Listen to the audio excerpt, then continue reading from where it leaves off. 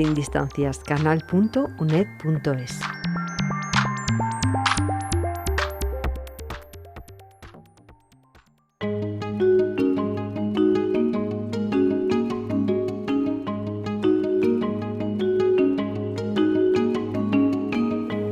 Del consenso constitucional al Pacto Nacional por la Educación. Hablamos con el profesor Manuel de Puelles. Manuel de Puelles Benítez, catedrático de Política de la Educación, colaborador honorífico en la UNED, Universidad Nacional de Educación a Distancia, en la que se ha jubilado como catedrático emérito hace muy poco tiempo. También trabajó en la administración pública. Ha desempeñado una importante labor como secretario general técnico del Ministerio de Educación y Ciencia, consultor de la reforma educativa de 1990, vicepresidente del Consejo Escolar del Estado, consultor de la UNESCO, asesor de distintas instituciones nacionales e internacionales en el ámbito de la educación y los sistemas educativos. Además de los artículos que periódicamente publica siguiendo los grandes temas pendientes en nuestro sistema educativo, sus libros en materia de historia política de la educación en la España contemporánea, libros de política y administración educativas, son un referente para docentes y estudiantes, y no solo en esta Universidad Nacional de Educación a Distancia. Muy buenos días, profesor. Buenos días. Bueno, a lo largo de estos años, y ya son algunas décadas, en la radio de la UNED y en Radio 3 hemos podido compartir con el profesor Manuel de Puelles estos tiempos de radio en los que nos ha ido acercando a la compleja realidad del desarrollo de nuestro sistema educativo. Y hoy, profesor de Puelles, volvemos sobre un asunto no resuelto, el Pacto de Estado por la Educación. Y además estamos grabando este programa en los estudios de radio de la UNED, pues prácticamente festejando ese 6 de diciembre el 38º aniversario de la Constitución Española de 1978, que estableció en su artículo 27 las bases de una nueva regulación de la educación. Si le parece, comenzamos por ahí, porque ahí me parece hay muy bien. un pacto constitucional que Sí. yo creo que es importante recordar. ¿Qué significó en su momento y ahora mismo ese artículo 27, profesor de Puelles? Sí, bueno, el artículo 27 lo conocemos todos, no solo los que hemos vivido esa etapa histórica, sino también yo creo que ya todo el mundo sabe que el artículo 27 lo que hizo fue un pacto de Estado en educación. ¿Y por qué lo hizo? Pues lo hizo porque la historia de España, que es muy parecida y muy similar a la historia de Francia, a la historia de Bélgica, a la historia de Italia o de Alemania, transcurre en el siglo XIX y en el siglo XX como un auténtico problema, porque se enfrentan a la hora de regular la educación moderna, los sistemas educativos nacionales, lo que se enfrentan son dos visiones diferentes y contrapuestas. Por un lado, la visión que se basa fundamentalmente en el principio de igualdad aplicado a la educación y la que se basa en el principio de libertad aplicada a la educación. Y ese enfrentamiento, ese conflicto, se había producido en España tanto en el siglo XIX como en el siglo XX, y los que hicieron la transición, cuando ya el tema está en las Cortes Constituyentes, pues tuvieron mucho interés en poder conseguir un acuerdo, un pacto que impidiera lo que en el lenguaje de aquella época se llamaba la guerra escolar. Y de esta manera el artículo 27, fruto de laboriosísimas reuniones y incluso de desplantes, salida de los diputados de la Cámara porque protestan. Bueno, eso es una historia que ahí queda, que hoy día ya se puede leer en los libros. El pacto consistió fundamentalmente, y esto es muy, muy importante, en reconocer ambos principios al mismo nivel de protección y de desarrollo. Y así tenemos un apartado primero de ese artículo que dice: todos tienen derecho a la educación. Y eso es una derivada del principio de igualdad. Todos tenemos derecho a la educación. Y dice, punto, dice, se reconoce la libertad de enseñanza. Es decir, al mismo nivel Y eso es fundamental, porque luego los 9 apartados, porque tiene 10 el artículo, los 9 apartados que siguen son un desarrollo de ese gran principio. Y claro, efectivamente, eso representó la paz escolar. Se temía que pudiera haber una guerra escolar, representó la paz escolar. Y, sin embargo, exigió, y esta es una historia muy, muy importante, exigió concesiones recíprocas que fueron muy difíciles para los partidos importantes de la época, porque cada uno tenía su programa educativo. Esas concesiones fueron fundamentalmente obra de 2 grandes partidos que había ya, la UCD, Unión de Centro Democrático, que era el partido conservador, diríamos hoy, y el Partido Socialista Obrero Español, que era el partido que estaba ya en la oposición. Las concesiones fueron, lo digo muy, muy rápidamente, fueron las siguientes. El Partido Socialista reconoció por primera vez en su historia, por primera vez, que los padres tienen derecho a que los hijos reciban la formación religiosa y moral de acuerdo con sus convicciones. Este era un tema debatidísimo en el siglo XIX y en el siglo XX. Y al mismo tiempo también reconoció la libertad de enseñanza, otro tema polémico y de muchísimo conflicto, y la reconoció en su doble vertiente de libertad de enseñar, de libertad de cátedra, no solo de catedráticos de universidad, sino de profesores y de maestros, y reconoció también la libertad de creación de centros. Entonces fueron 2 grandes renuncias que hicieron posible que a su vez el Partido Conservador hiciera también renuncias importantes. Por ejemplo, el Partido Conservador aceptó que lo que dice después la Constitución, para garantizar, dice la Constitución, el derecho a la educación, habrá una programación general de la enseñanza, es decir, una planificación de la oferta escolar que realizará el Estado.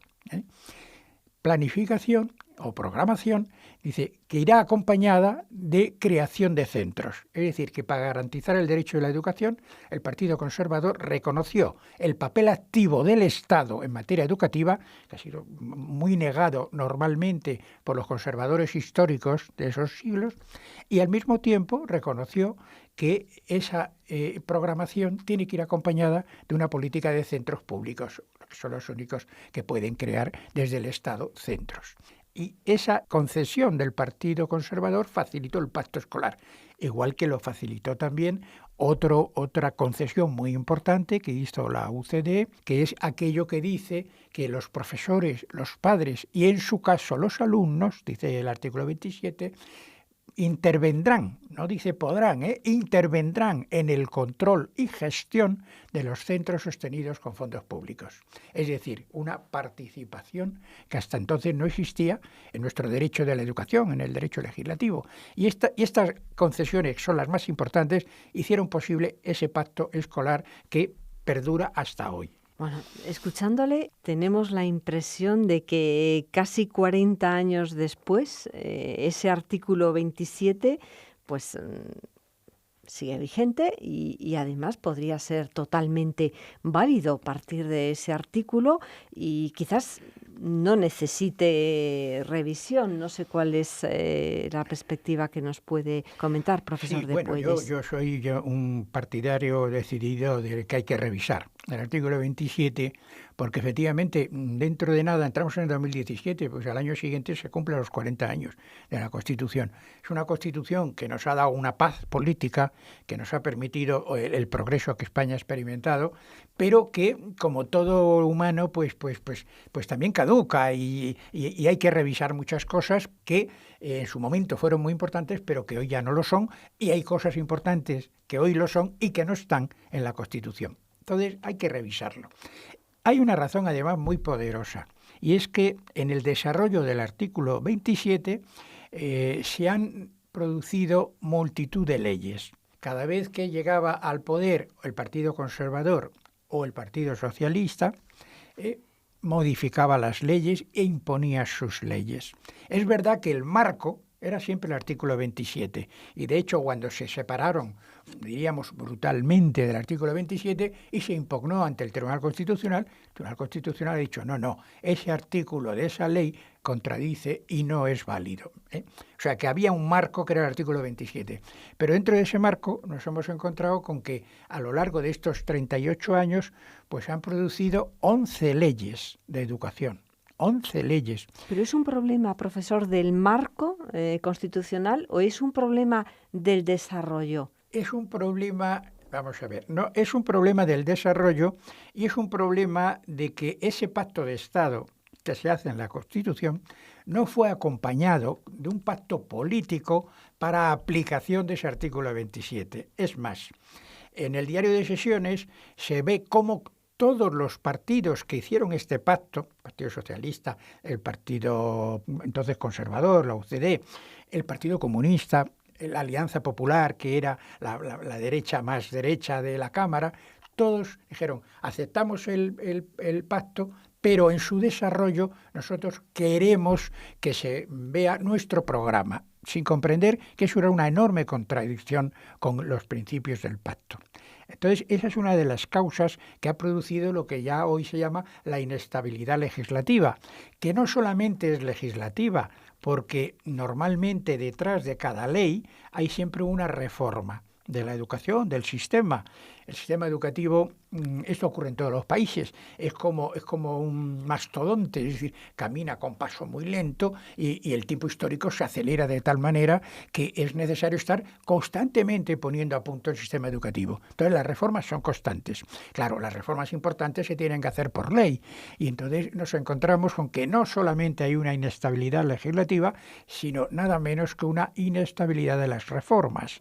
De manera que a una contrarreforma le sigue luego una contrarreforma. Eso ha introducido, diríamos, cierto desconcierto entre el profesorado, los padres y madres de alumnos, que han visto cómo los libros de texto cambiaban, lógicamente, aunque había una ley que decía que tenían que durar 4 años, prorrogable por otros 4, multitud de problemas que se han producido como consecuencia de lo que yo he llamado una dialéctica maligna de reformas y contrarreformas.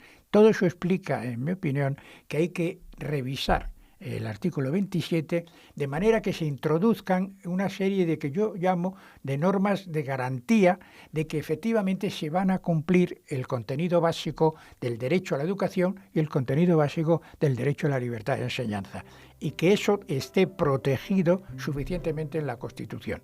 Y eso es lo que yo creo por donde debiera de ir esa revisión.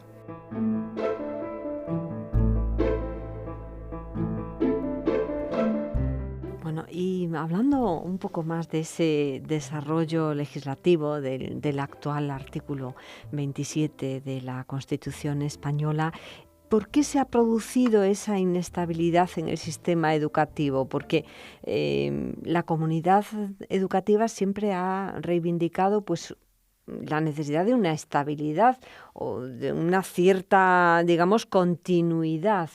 ¿Por qué se ha sucedido en estos años esa cantidad de leyes orgánicas? Claro, eso curiosamente es fruto de la alternancia democrática, que al mismo tiempo es una pieza central de la democracia liberal. Es decir, la dinámica que yo llamaba una dinámica o una dialéctica maligna consiste en que un partido importante llega al poder y no le gusta la ley y la reforma que hizo el gobierno anterior. Entonces, ¿qué es lo que hace? Proyecta una nueva reforma. Claro, pero las reformas son por naturaleza de tiempo lento también, incluso en su elaboración. Fíjense ustedes lo de pasos que hay que dar para conseguir una reforma. Primero, hay que tener un diagnóstico. ¿Cuáles son los problemas que se quieren resolver? Segundo, hay que hacer un diseño político educativo de cómo afrontar esos problemas o esos retos. Ese diseño, el siguiente paso, es que tiene que debatirse en la opinión pública y sobre todo tiene que debatirse con la comunidad educativa y con las fuerzas sociales, sindicatos, asociaciones docentes, asociaciones de padres y madres, etc. Y una vez que se ha producido ese debate, hay que producir un anteproyecto, que eso no se hace en 2 días.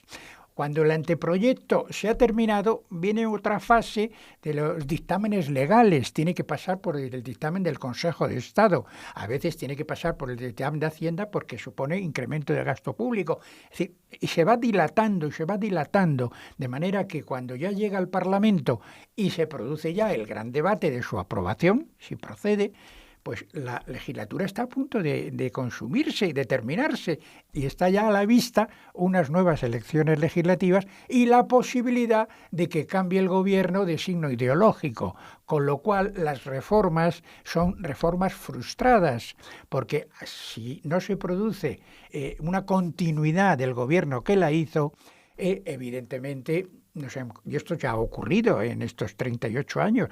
Prácticamente hay leyes que ni siquiera se han podido poner en aplicación.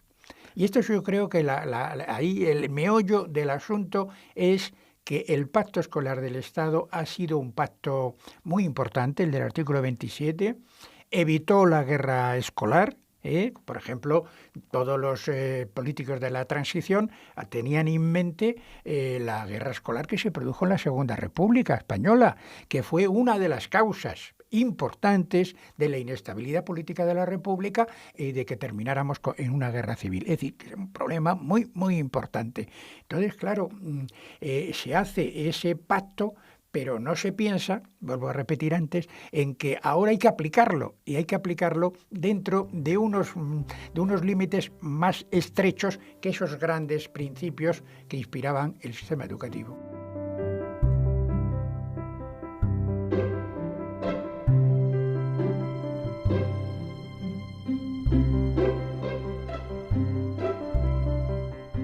Recuerdo que en el curso 2009-2010 hicimos, yo creo que dedicamos 3 programas de radio que se pueden volver a escuchar en Canal UNED precisamente a estas cuestiones. En ese momento en que se estaba intentando, yo creo que era por tercera vez, llegar a un pacto, y nos hablaba profesor de Puelles de esa diferencia entre el pacto constitucional y el necesario pacto de Estado. También se hablaba de pacto autonómico, se hablaba de pacto político, social y autonómico, ahora pacto nacional. ¿Qué es lo que está pasando? ¿Estamos condenados a esa, antes mencionaba, maligna dialéctica? Porque parece, por lo que nos está comentando, pues Claro. Es difícil poner en marcha una reforma, pero cuando ya prácticamente parece que ha habido consenso, hay un vuelco político y de nuevo vuelta a empezar. Y la comunidad educativa también, antes lo mencionaba, parece que va por un camino diferente a los políticos. Sí, ahí tenemos, es curioso, y además ya visto con perspectiva ya temporal de todo lo que ha pasado, allí hay una cosa que es muy importante también, y es que cuando surge la idea, esto surge ya en los años 90, empieza a surgir la idea en la comunidad educativa de que no puede ser reforma contra reforma, esa dialéctica constante. Reforma del currículum, viene otro y lo vuelve a reformar, y viene otro, lo vuelve a normalmente en sentido opuesto al currículo anterior, etcétera. Hay muchos aspectos que verdaderamente son muy, muy, muy, muy asombrosos que se hayan producido como tales fenómenos, ¿no? Entonces empieza a surgir en la sociedad civil un clamor de que hay que ir a otro pacto que complemente el anterior.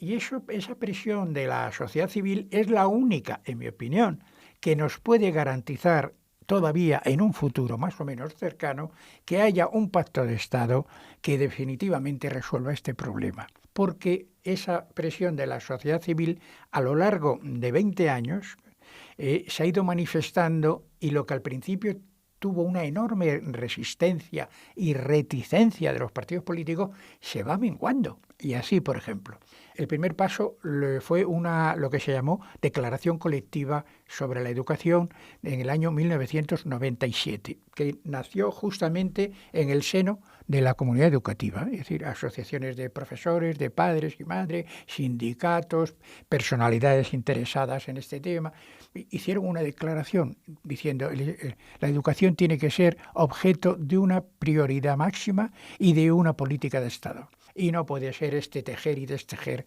continuo de las reformas educativas.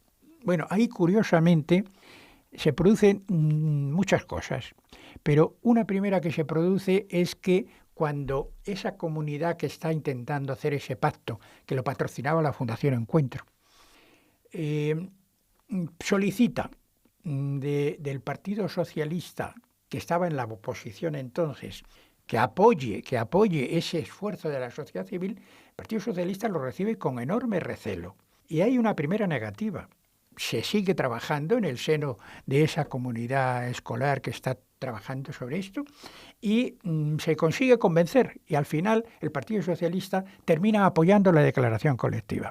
Pero cuando llevamos, la gente que intervino en eso, porque yo fui una de las personas que intervino en ese pacto, llevamos ya el pacto que ya está firmado y que todo el mundo le ha dado el visto bueno, con una serie de reservas, pero en fin, no vamos a entrar en eso, y llevamos el pacto a la ministra entonces de Educación, que era Esperanza Aguirre, pues nos encontramos con que hay un recibimiento amable, pero la idea era que ese pacto se discutiera en el Congreso de los Diputados y que sirviera de base para un pacto entre las fuerzas políticas. ¿Cuál fue nuestra sorpresa cuando ese pacto se mandó al Senado?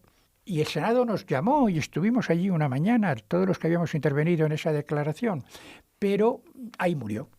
Es decir, no era la Cámara apropiada, la Cámara apropiada era el Congreso, es decir, que el Partido Popular en aquel entonces no tenía la convicción de que era necesario un pacto. Este problema se va a ir a producir de distinta manera en el segundo paso, que fue el que nace en el seno del Consejo Escolar del Estado.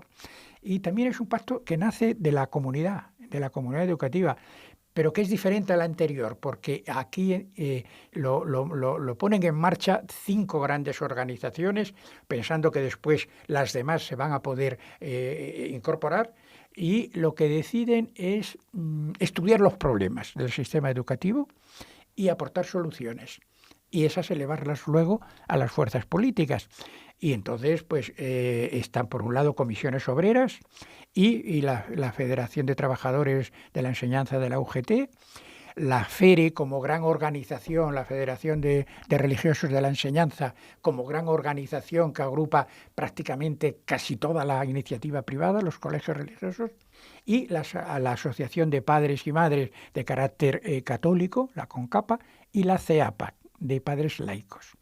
Se trabaja todo el invierno del año 2004-2005, si no recuerdo mal, todo el invierno, con reuniones hasta las 2, las 3, las 4 de la mañana, y se llega a un acuerdo, y se llega a un escrito, y empiezan las organizaciones a decir que, bueno, que ahora la tienen que llevar a su junta directiva.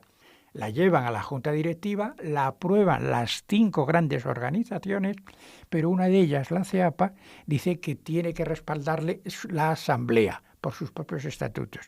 La CEAPA, la junta directiva, ya se había comprometido, la lleva a su asamblea y allí es derrotada la junta directiva por un número escaso de votos, pero son una mayoría escasa las que dicen que no debe de firmarse. En ese momento la CONCAPA, la Asociación Católica, considera que si no está la CEAPA ellos no deben de estar y ya el pacto quedaba cojo y muere.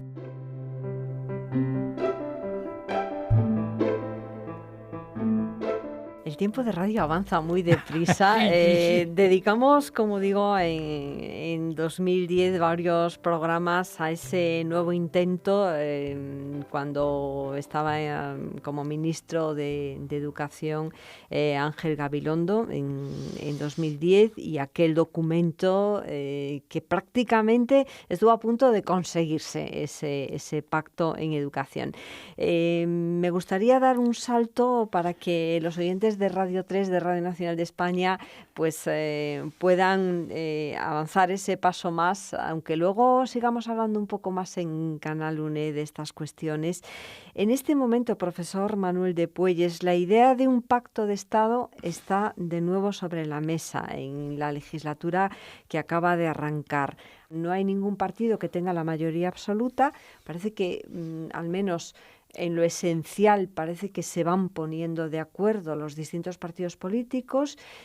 ¿Cuál es su percepción? Bueno, vamos a ver, ahí dos preguntas implícitas.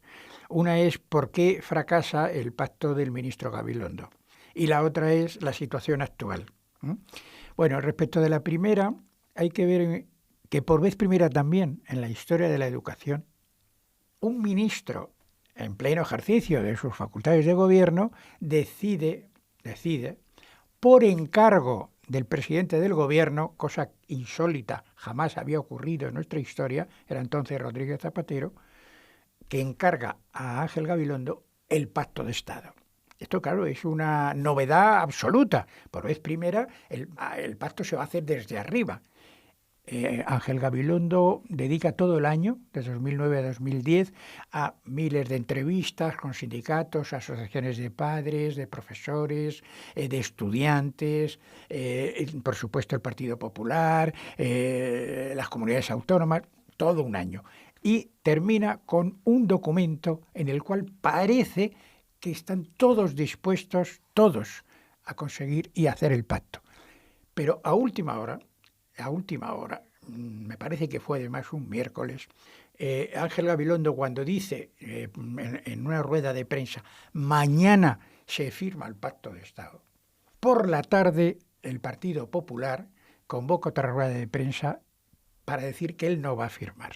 Claro, y se desbarata todo el pacto, porque claro, era el principal partido de la oposición. Entonces ahí hay un problema muy importante y es, mientras que históricamente, o sea, con la objetividad que puede tener un historiador, el Partido Socialista en aquel momento es protagonista del pacto y lo ha hecho suyo, pero el Partido Popular no está convencido de la necesidad del pacto. Hay otro factor también importante. Las encuestas de opinión daban ya una mayoría importante en las próximas elecciones. En consecuencia, no hay pacto.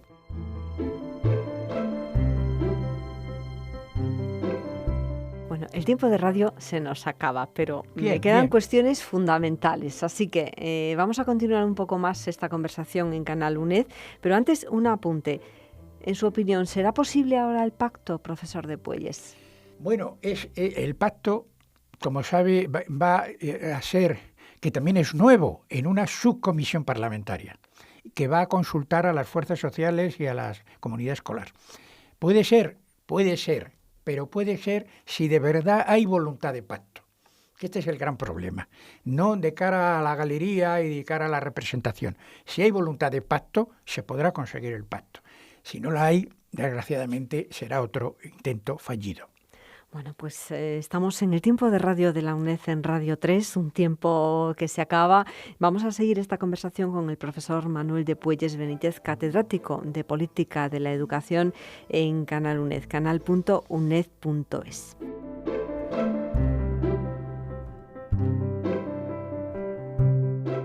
Profesor de Puelles, nos han quedado varias cuestiones que me gustaría retomar.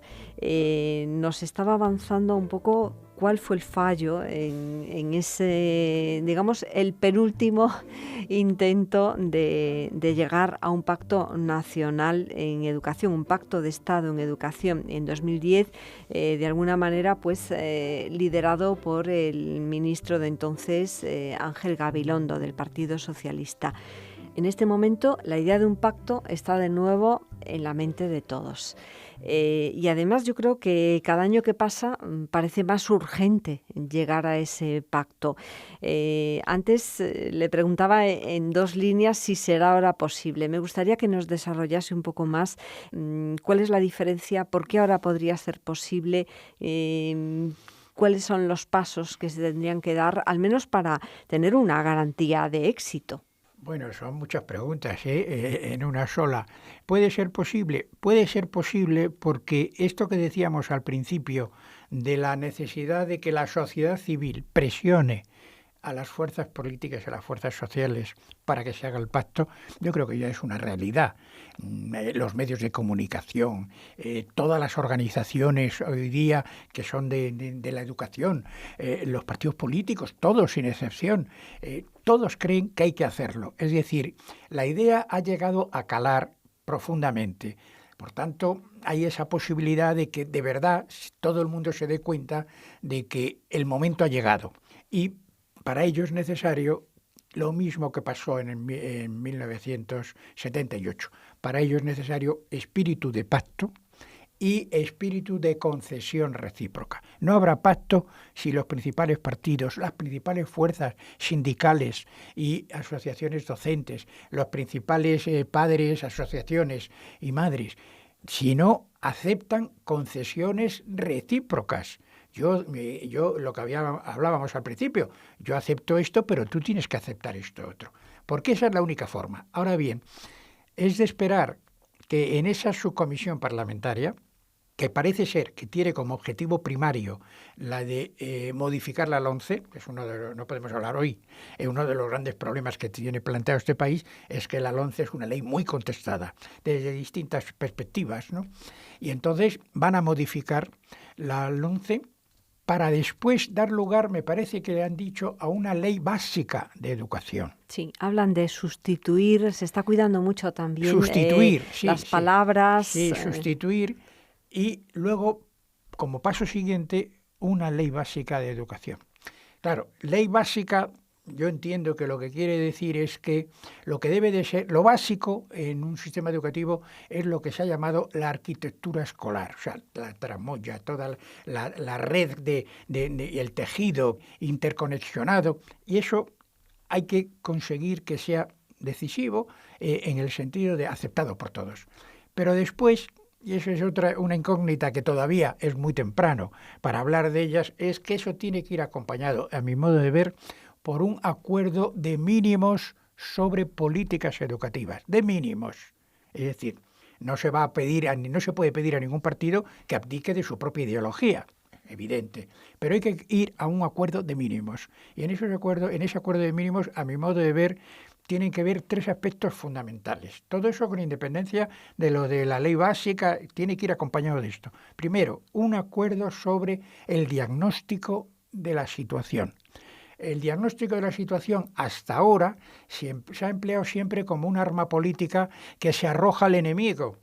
Cuando un partido entra, hace un diagnóstico diciendo todo esto está muy mal y es que aquí hay muchos problemas. No, tiene que ser un diagnóstico en el que todo el mundo esté de acuerdo en los principales problemas del sistema educativo. Punto 1. Punto 2. Dentro de ese diagnóstico, un acuerdo de mínimos sobre los puntos débiles del sistema que hay que mejorar. Y ahí hay muchos puntos donde se pueden encontrar todo el mundo. Por ejemplo, la necesidad de una magnífica, que no tenemos, selección y formación de profesores. Esto es un gran tema. La necesidad de una buenísima formación profesional que necesita fuertes inversiones públicas que nunca ha tenido, etcétera, etcétera. Hay un montón de temas que podrían llegar a ese acuerdo mínimo sobre los puntos débiles. Y finalmente, un acuerdo mínimo sobre las políticas educativas para mejorar esos puntos débiles, de manera que venga un gobierno y continúe lo que está haciendo, porque ya el gobierno actual, ya cuando estaba en la oposición, acordó que una de las cosas que había que hacer era mejorar la formación profesional, por ejemplo, de esta manera, de esta manera, de esta manera.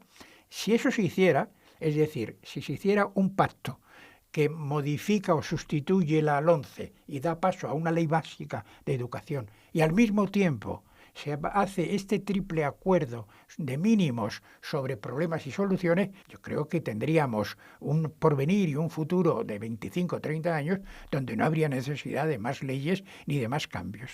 Bueno, quizás, como nos decía, sea el momento oportuno y además de toda esta trayectoria que hemos estado comentando, pues revisando los documentos, también consultando la hemeroteca, se puede aprender mucho y me van a permitir que les mencione pues el colectivo Lorenzo Luzuriaga, que cada vez que se ha suscitado el tema del pacto, pues ha publicado documentos, por ejemplo, pues uno de los más recientes que ahora mismo recuerdo, pues es ese documento por un acuerdo social y político en educación, precisamente hace un año, cuando empezábamos todo este proceso electoral. Y bueno, además el profesor Manuel de Puelles pertenece a este colectivo Lorenzo Luzuriaga, Zuriaga, integrado por profesores y gestores de la educación. Se ocupan pues desde 1999, un tiempo ya, precisamente de analizar, de estudiar los problemas centrales del sistema educativo español, organizando seminarios que se van prolongando en el tiempo y después producen documentos y consultando pues a distintas autoridades y especialmente a la comunidad educativa. Y bueno, profesor de Puelles, me gustaría también una referencia a otros países, porque hace un momento lo mencionaba y también hemos dedicado varios programas en los que hemos tenido oportunidad con usted pues, de analizar esos grandes problemas del sistema educativo. También dedicamos un programa al tema del llamado fracaso escolar, que de alguna manera pues, era un fracaso del propio sistema educativo.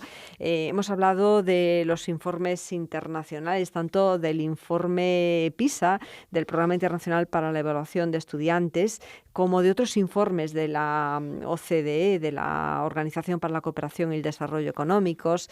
Bueno, hay muchos programas, pondremos también en Canal UNED un enlace para que nuestros oyentes, pues que tengan curiosidad o que pretendan profundizar en estos asuntos, puedan volver a escucharlos. ¿Cómo está la situación en otros países comparado con el nuestro? ¿Ahí funcionan los pactos? ¿Tienen sistemas educativos sólidos? ¿O estos problemas no son, digamos, consustanciales con el carácter español y con un Estado como el nuestro, un Estado autonómico, que no lo podemos soslayar? También hemos hablado precisamente de esa necesidad de un pacto autonómico, porque es un Estado de autonomías. Bueno, esa pregunta también requeriría otro coloquio, sí, otro coloquio porque el tema es muy amplio.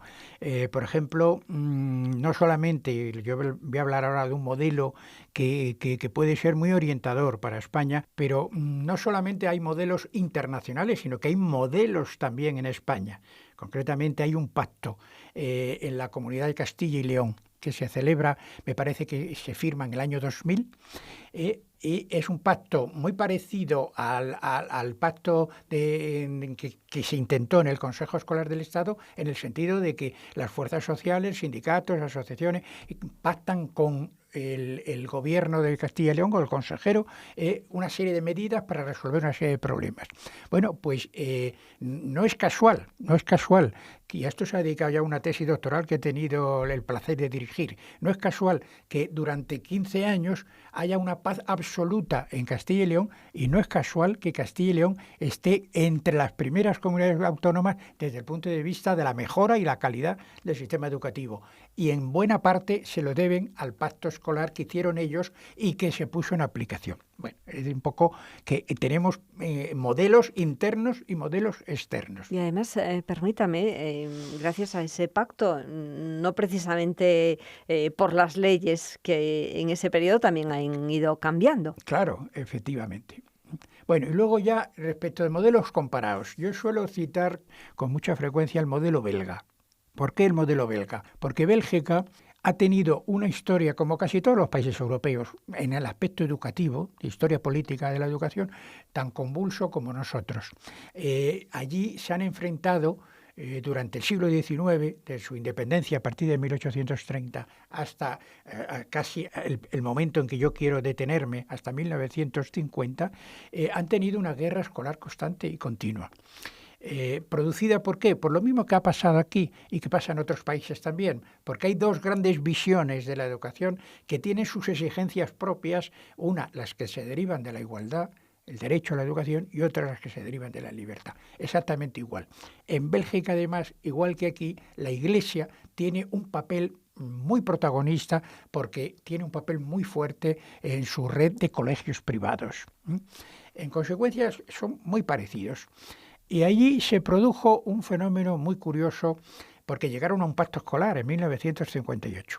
En 1950 llega al poder el Partido Social Cristiano, que es la derecha política belga, y decide, porque obtiene mayoría absoluta, cosas muy raras en Europa, pero consigue mayoría absoluta, decide imponer su modelo de su propia ideología, con toda legitimidad, pero imponer su modelo.